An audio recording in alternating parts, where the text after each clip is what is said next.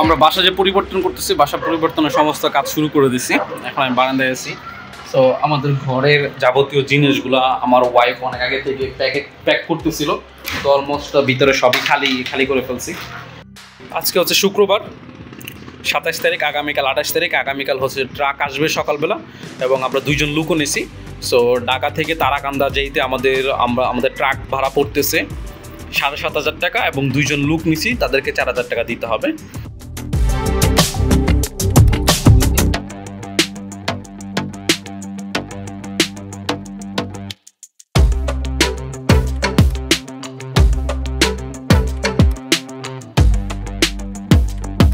আলহামদুলিল্লাহ মোটামুটি সবও গুছিয়ে ফেলছি এবং আমাদের যেই ট্রাকওয়ালা ভাই আছে উনিও চলে আসছে, ওনার সাথে যেই আরও দুজন যে হেল্পার লাগবে ওনারাও চলে আসছে।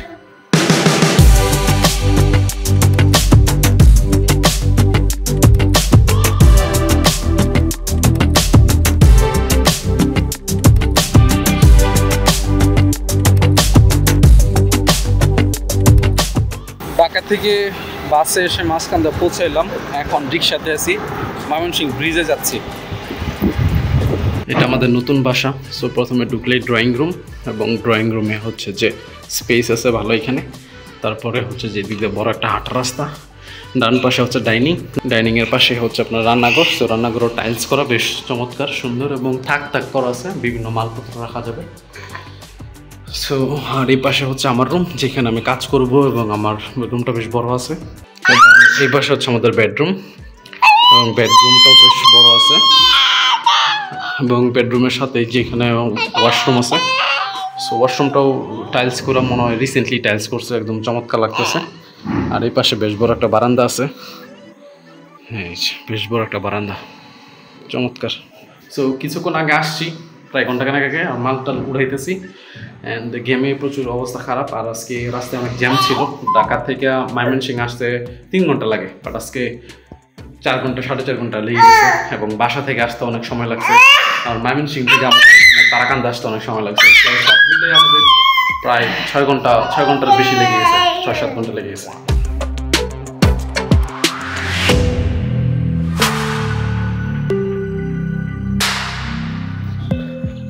আজকে হচ্ছে 30 তারিখ সকাল এবং সকালবেলা দৌড়াদৌড়ি করতে আসলাম এইখানে আমাদের এই গ্রামের। ঠিক আছে, চমৎকার রাস্তা, হালকা হালকা কুয়াশা পড়ছে এবং সকালবেলা এক দৌড়ে 0.7 কিলোমিটার পর্যন্ত দৌড় দিলাম আমাকে একটা দৌড় দিয়ে। তখন একটু হাঁটতেছি, হাঁপাইতেছি, সাথে অনেক মানুষও হাঁটতেছে। অবস্থা। সো গ্রামের এইখানে চমৎকার পরিবেশ। যেমন এই যে রাস্তাটা যাচ্ছি, এই রাস্তাটা 2 পাশে দেয় হচ্ছে ধান ক্ষেত, দূর দূর পর্যন্ত। এর মধ্যে রাস্তার সাইডে কিছু ফিশারি মাছ চাষ করে রাখছে। আমি প্রায় 1.5 কিলোমিটার মতো আসছি, আর 1.5 কিলোমিটার যাবো।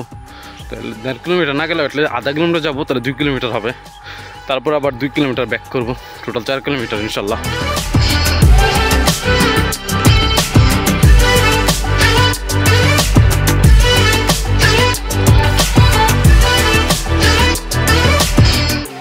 এই যে ফিশারি মাছ, ফিশারির কালারটা অনেক সুন্দর।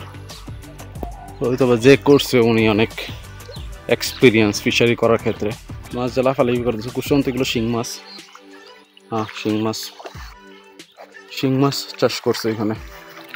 শহরে যখন আমি দৌড়াইতাম এবং দৌড়ানোর চেষ্টা করতাম আর সবাই হাঁটতো, তো এরকম কোনো রোড যে এখানে সবাই হাঁটাহাঁটি করতেছে এবং আমি দৌড়াচ্ছি শুধু একা, তখন সেখানে মানে আমি দৌড়াবো কি, মানে আমার দৌড়ানোর যে ফিলিংটা, মানে আমি যে দৌড় দিব সেই যে ফিলিংটা বা সেটাই আসতো না। তো ফিলিংয়ের জন্য অবশ্য দৌড়াই না, বাট মানে দৌড় দেওয়ার জন্য একটা মুহূর্ত দরকার। মানে ওইখানে ইতস্তত বোধ হইতো যে মানে নিজেকে কিছুটা গুণাগার টাইপের মনে হইতো, মানে ফিলিং আসতো এরকম আর কি একটা। গ্রামে আসার পর সেই জিনিসটা এইখানে অ্যাটলিস্ট ফিল করে নেই।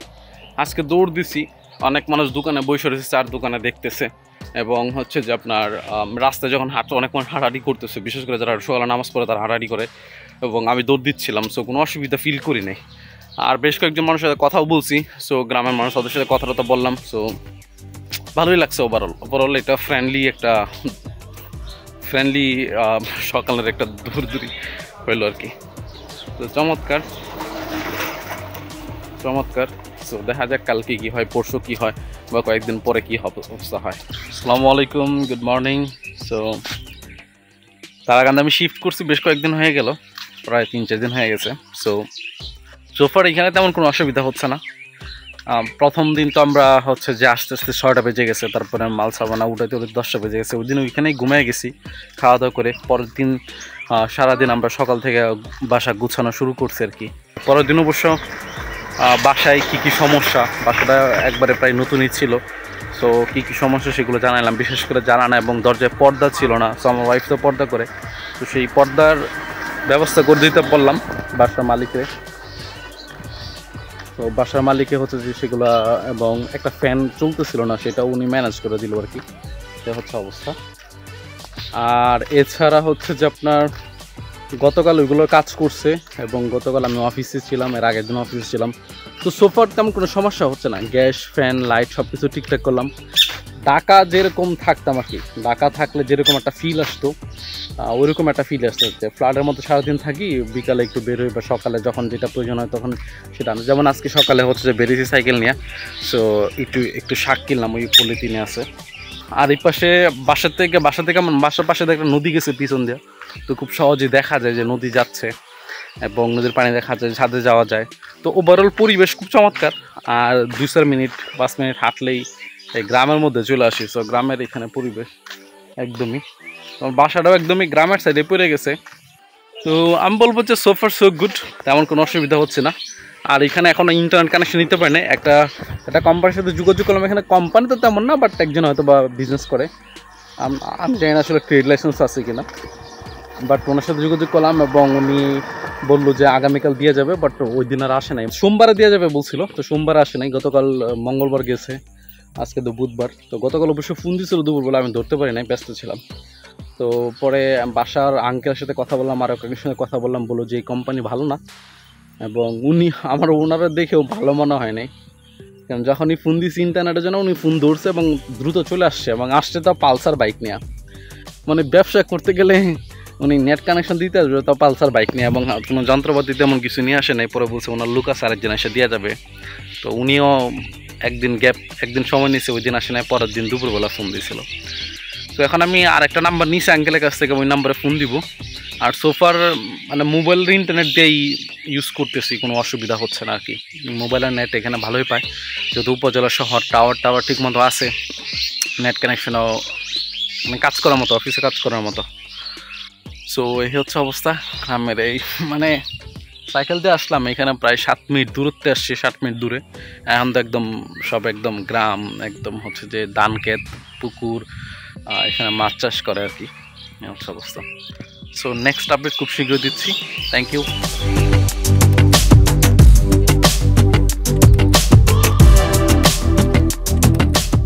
এই হচ্ছে আমার বাসার কাছেই এলাকা, খুবই সুন্দর গ্রাম, এবং গ্রামের মাঝখান দিয়ে রাস্তা গেছে আর কি। তো রাস্তাটা নতুন করা হয়েছে, একদম চকচকা, সো বেশ চমৎকার।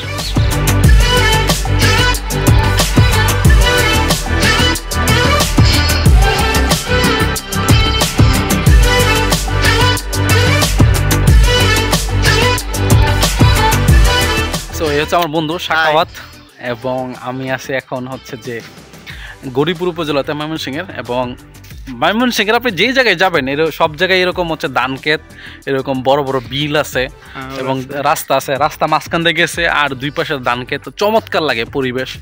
আসলে আমাদের যে গ্রামের পরিবেশটা অত্যন্ত সুন্দর, আমার কাছে স্পেশালি খুবই ভালো লাগে। মন খারাপ থাকলে এখানে আইসা বসলে মন ভালো হয়ে যায়। পরিবেশটা আগে দেখাও, ওইদিকে মুভ করো। চমৎকার পরিবেশ আসলে জোস। এবং ময়মনসিংহের আপনি যেই জায়গায় যাবেন, এরকম ধান ক্ষেত, বিল, এরকম রাস্তা গেছে, আর দুই পাশে গাছপালা, চমৎকার পরিবেশ। আমার চারপাশে দেখতে পাচ্ছেন যে কীরকম সবুজ শ্যামলা, যে বাংলাদেশ, সেটার একটা প্রকৃত রূপ হচ্ছে ময়মনসিংহ উপজেলা, ময়মনসিংহ জেলার সব এরিয়াগুলো আর কি। বিল কিন্তু অনেক বড়, এইগুলো এক মাথা থেকে শুরু হয়েছে এবং আরেক মাথায় যে শেষ হয়েছে, বিশাল বড় বিল। সো আমি শনি রবিবার আমার 2 দিন ছুটি থাকে অফিসে, তো আমি গ্রামে গেছিলাম বেড়াতে আমার খালুর বাসায়। তো গ্রামে গিয়ে বেশ কিছু জিনিস রিয়েলাইজ করলাম। যে জিনিসটা আমি প্রথমত রিয়েলাইজ করলাম যে আসলে গ্রামের প্রকৃতি খুবই সুন্দর। গ্রামে যখন আমরা থাকি তখন আসলে রিয়েলাইজ করি না, গ্রামের প্রকৃতি খুবই সুন্দর। এবং দ্বিতীয় নাম্বার যে জিনিসটা আমি রিয়েলাইজ করলাম যে আসলে গ্রামে অ্যাক্টিভিটিস নাই, কোনো কিছু করার মতো তেমন অ্যাক্টিভিটিস নাই। ঠিক আছে, আপনি কারো বাসায় বেড়াতে যাবেন, আপনি বোর হয়ে যাবেন যে আসলে করার মতো কিছুই নেই, বসে আছেন, শুয়ে আছেন, খাচ্ছেন, ঘুমাচ্ছেন, বাস দ্যাটস ইট। আর তেমন কিছু করার মতো কোনো অ্যাক্টিভিটিস আপনি খুঁজে পাবেন না। 3 নাম্বার যেটা আমি রিয়েলাইজ করলাম যে আসলে গ্রামে ব্যবসা হবে না, গ্রামে ব্যবসা করা যাবে না, ব্যবসা করলে সেটা সফল হওয়া যাবে না। হ্যাঁ, গ্রামে আপনি থাকেন, আপনার হাতে করার মতো কিছু নাই, আপনার হাতে কিছু ক্যাশ টাকা আছে, সেগুলো দিয়ে আপনি এটা কিছু শখের বসে আপনি করতে পারবেন, যে না টাইম পাস হিসেবে করলাম। কিন্তু গ্রামে যদি অ্যাকচুয়াল বিজনেস করতে চান, ওই বিজনেস আমার মনে হয় না খুব বেশি করা যাবে এবং অনেকেই সফল হয়। এবং গ্রামে ইদানিং যেটা দেখতেছি যে অনেকে মাছ চাষ করতেছে, মাছ চাষ করার পরিকল্পনা করতেছে। তো এটা তো আরেকটা বিষয় যে আসলে অনেকেই নতুন নতুন মাছ চাষ করতেছে, ওনাকে একজন আরেকজনকে দেখিয়ে মাছ চাষ শুরু করতেছে, যার কাছে টাকা আছে মাছ চাষ শুরু করে দিচ্ছে। এবং বেশিরভাগ মানুষই ফেল করতেছে, 10 জনের মধ্যে 8 জনই ফেল করতেছে, 1 বা 2 জন লাভবান হচ্ছে আর কি। ঠিক আছে, ওই অ্যাক্টিভিটিস না থাকার কারণে দেখা যায় যে গ্রামে অনেকেই হচ্ছে যে অনেকে আপনার হচ্ছে জুয়া খেলে, অনেকেই হচ্ছে যে আপনার বাজারে দোকান দিয়ে বসে থাকে, অনেকে হচ্ছে যে আপনার এই মাছ চাষ এই ধরনের বিভিন্ন অ্যাক্টিভিটিস করার চেষ্টা করে। ঠিক আছে, ওইখানে থাকে, গরু পালে, ধান চাষ করে, ফার্মিং করে, এইভাবেই জীবন যাচ্ছে আর কি মানুষের। তো এই ছিল কিছু চিন্তা ভাবনা গ্রামে যাওয়ার ফলে।